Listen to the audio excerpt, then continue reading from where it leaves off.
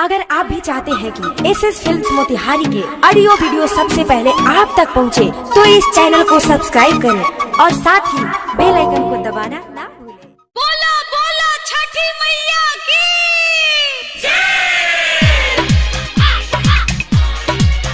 कौआ ठेकुआ हया जूठी गइले बा जूठी गइले बा कच्चा हाई छठी माई के कौआ ठेकुआ हया जूठी गइले बा कच्चा हाई छठी माई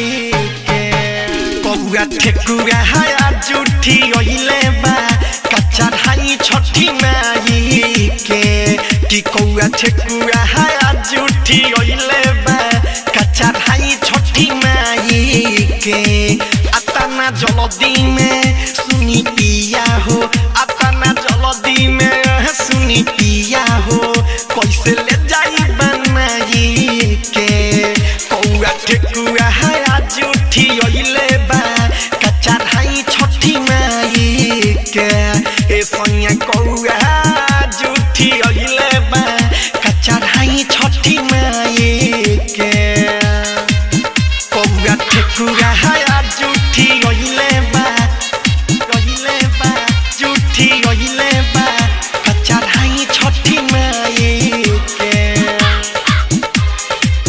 कौआ ठेकुआ हया कच्चा हाई छठी माई के हो सबय छुता धोधा के रही पसरले हो तो रहे केला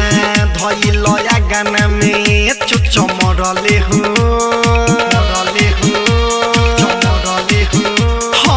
डर लागता छठी मैया खिसिया जई है हो खिसिया जई है कि खिसिया जई है सब छूता धोधा के रही पसरले हो कि रहे केला धइल अंगना में चच मरले हो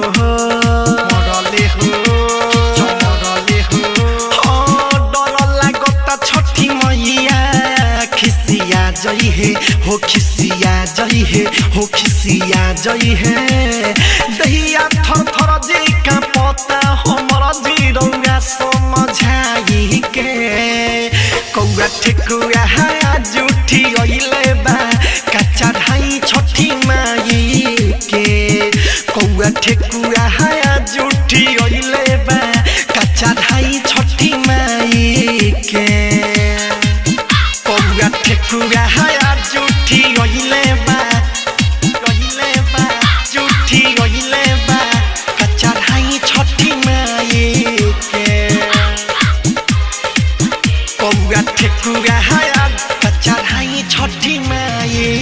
के ब्रिजेश बिहारी पिया रौआ कुछ उपाय दिन रतने समीठाई से दौरा सजाई दिन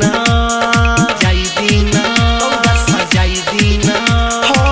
जल्दी से कुछ सोची देर लगाइन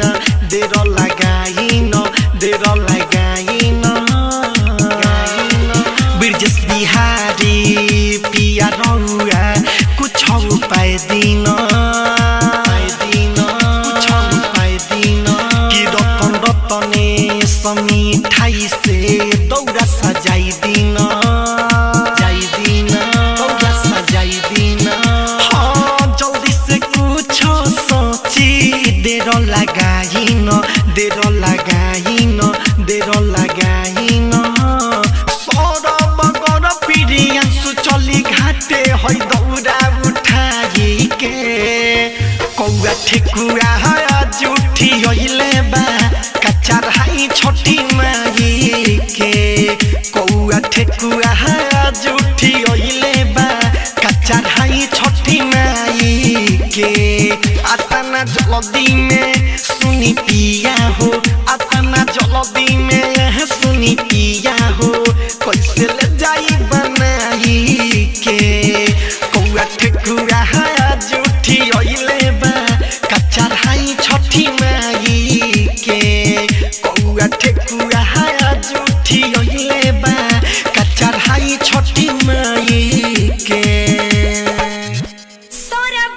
डिजिटल रिकॉर्डिंग स्टूडियो मोतिहारी।